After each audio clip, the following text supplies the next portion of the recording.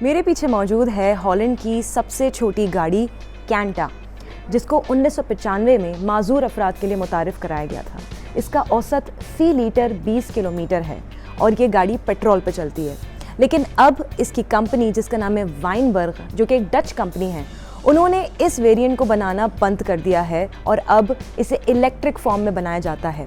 सबसे मज़े की बात यह है कि इस गाड़ी को चलाने के लिए किसी भी लाइसेंस की ज़रूरत नहीं है।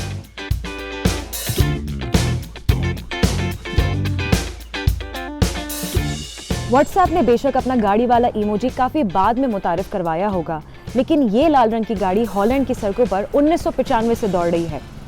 वैसे तो हॉलैंड में अब इस गाड़ी को कई लोग चलाते हैं, लेकिन क्योंकि बुनियादी तौर पर इसे माजूर अफराद के लिए बनाया गया था, तो पीछे इसमें एक दरवाज़ा दिया गया है जिससे बाआसानी अपनी व्हील चेयर इसमें दाखिल की जा सकती है। इसके साथ साथ गाड़ी के ऊपर एक रेलिंग दी गई है, जिसका मतलब है कि व्हील चेयर रखने के बाद माजूर अफराद इस रेलिंग को पकड़कर बाआसानी गाड़ी के दरवाजे के पास आके हैंडल को पुश करके दरवाज़ा खोलकर गाड़ी के अंदर बैठ सकते हैं।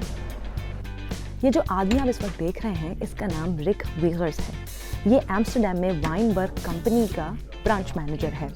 रिक का कद तकरीबन 6.5 फुट है और ये हमें दिखा रहे हैं कि इस गाड़ी में क़दामत अफराद भी बाआसानी बैठ सकते हैं।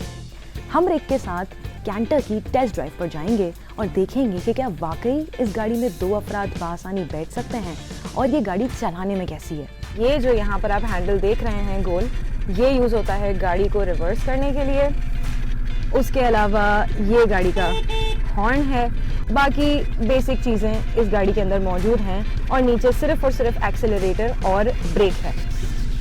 First of all, this car is a left hand drive और हम इसे जनरली बाइक पाथ पर चलाते हैं जिस पर साइकिल्स चलती हैं। तो चलाने में तो अब तक बड़ा मज़ा आ रहा है। थोड़ी सी स्लो है और साथ में जहाँ जहाँ बाइक जा रही होती हैं ये वहीं पर चलती है, और क्योंकि ये बाइक पाथ पर चलती है इस वजह से गाड़ी को चलाने के लिए कोई लाइसेंस भी नहीं चाहिए होता। इन दोनों चीज़ों के दरमियान कोई वाज़ेह लिंक नहीं है कि व्हाट्सएप ने इस गाड़ी की बेसिस के ऊपर अपना वो इमोजी मुतारिफ करवाया, लेकिन जब आप हॉलैंड की सड़कों पर इन गाड़ियों को चलते हुए देखते हैं तो आपको ऐसा लगता है कि वो इमोजी जिंदा हो गया है।